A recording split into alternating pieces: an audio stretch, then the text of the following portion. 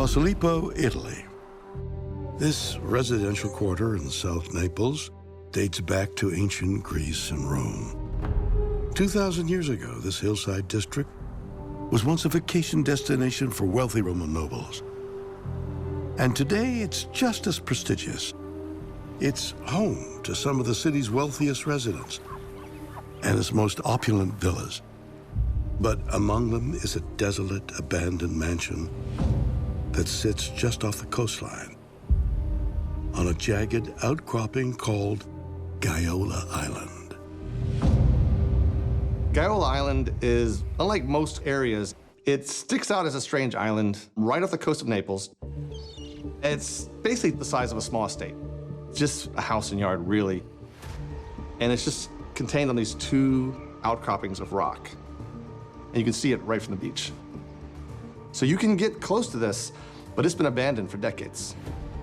Located just a short 100-foot swim from shore, Gaiola Island is a tempting location for curious beachgoers to explore. But don't be fooled. According to local legend, it's best to stay well away, because many believe this long abandoned island has been damned by a deadly curse. Locals are terrified of this island. Everyone who's owned this property, whether they were on the island or not, some type of tragedy occurred in their lives. Whether it was losing a fortune or losing a family member or going insane, whoever owned this island, nothing but tragedy followed. Gaiola Island's forbidding reputation began in the late 19th century when a successful local businessman decided to build there. The first owner of the island was Luigi Negri. He's the one that built the villa on the island that is still there today, but is abandoned. He built it and then immediately went bankrupt. It's not strange for a businessman to go bankrupt, but in this case, it was a precursor to a series of misfortunes that got worse and worse over the course of the 20th century. While Gaiola Island may or may not be responsible for Luigi Negri's financial collapse, others who dared to make the isolated property their home would suffer far worse consequences. Another owner of the island is Hans Braun, a businessman. As soon as he takes up residence on the island, his luck turns. His body is found wrapped in a rug. He's died under mysterious circumstances. Soon after that, his wife falls off the island and drowns. It was at this point where people started thinking, there's something more going on here. Something supernatural. A string of tragedies would continue to unravel on Gaiola Island. German perfume dealer Otto Grunbach suffered a fatal heart attack shortly after purchasing the property. And madness and suicide put an end to owner Maurice Yves Sandoz, a Swiss pharmaceutical industrialist. Even Gaiola's most famous proprietor, American oil tycoon John Paul Getty, could not escape speculation that the cursed island played a hand in troubling events that surrounded his family. John Paul Getty owned this island. And of course, his fortunes are legendary, but so are his misfortunes. John Paul Getty's son commits suicide. He has a younger son at 12 that contracts a fatal brain tumor. And then, of course, there's the infamous case of his grandson, John Paul Getty III. John Paul Getty III was kidnapped by the Italian mafia, and then over the course of the negotiations for his freedom, had his ear cut off. Eventually, he was freed for a little over $2 million, but he would go on to suffer the effects of that kidnapping for the rest of his life until a string of addictions caused him to become quadriplegic. Could Gaiola Island really have the power to tune the lives of those who called it home? And if there is an evil energy imbued in the exclusive property, just where did it come from? While it's impossible to say for sure, some attribute it to an old hermit called the Wizard, who was rumored to once reside there. But others believe the curse began more than 2,000 years ago. In the 1st century BC, when Gaiola Island was attached to the mainland and part of a magnificent estate that belonged to a cruel Roman politician named Publius Vidius Pollio. Publius Vidius Pollio was a member of the cavalry in the Roman army. And he adopted this area, this gorgeous Posillipo area, for his own. He had a 2,000-seat theater and constructed an incredible villa with gardens, fountains, sculptures, and a spa complex. Now, interestingly, Pollio came from modest roots. He was of slave stock himself, and one would think this might make him rather generously disposed to his own slaves, but by all accounts, that was not the case. He owned many slaves, and he treated them very poorly. And in fact, whenever a slave displeased him, the story goes that he fed them to a pool of moray eels that he kept on the property. Pollio was a friend of Emperor Augustus, which certainly helped his rise through the ranks.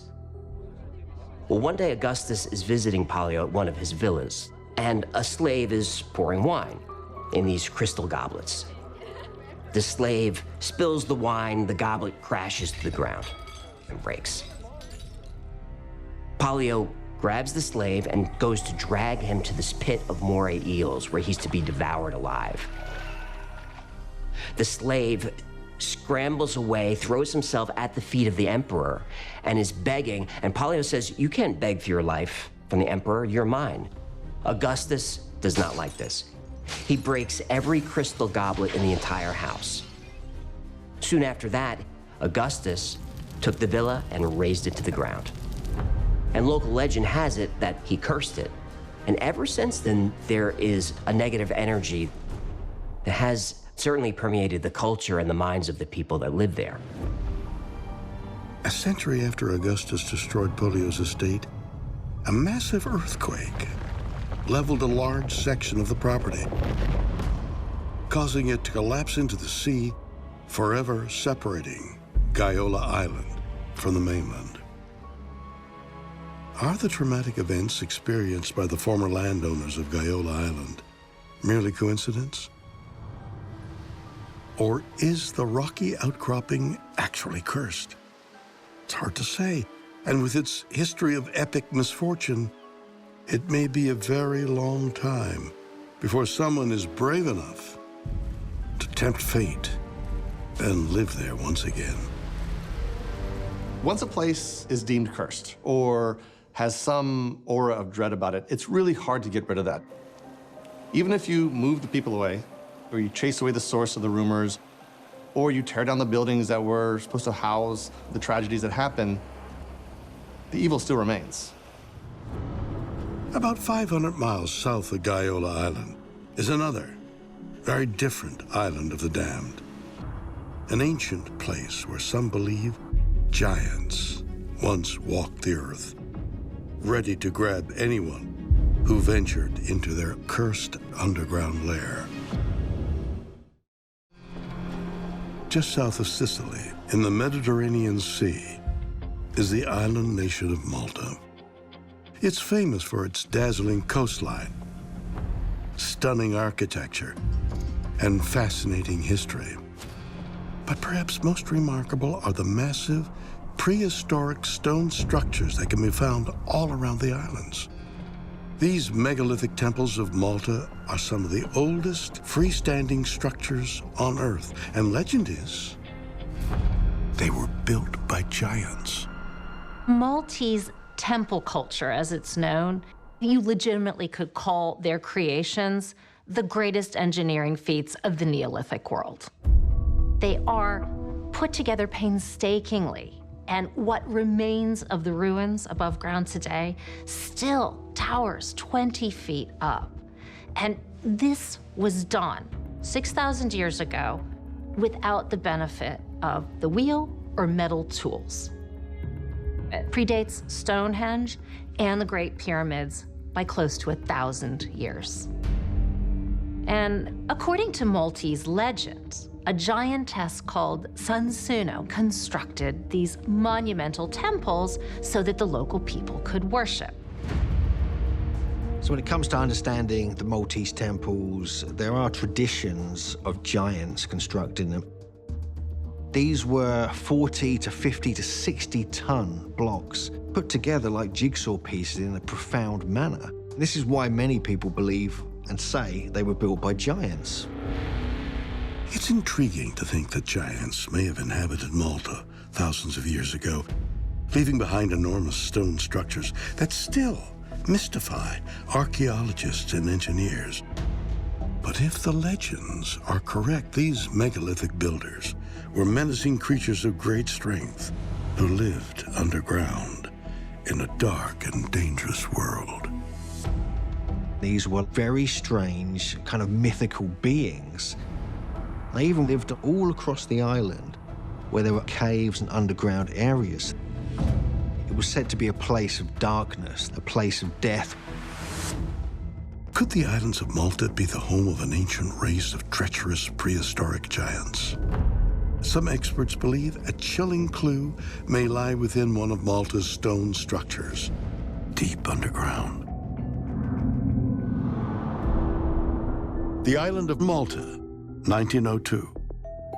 In the small town of Paola, workers digging the foundation for a new home make a remarkable discovery.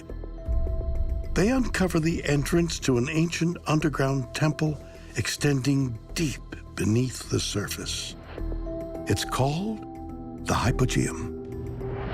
Hypogeum means literally underground in Greek.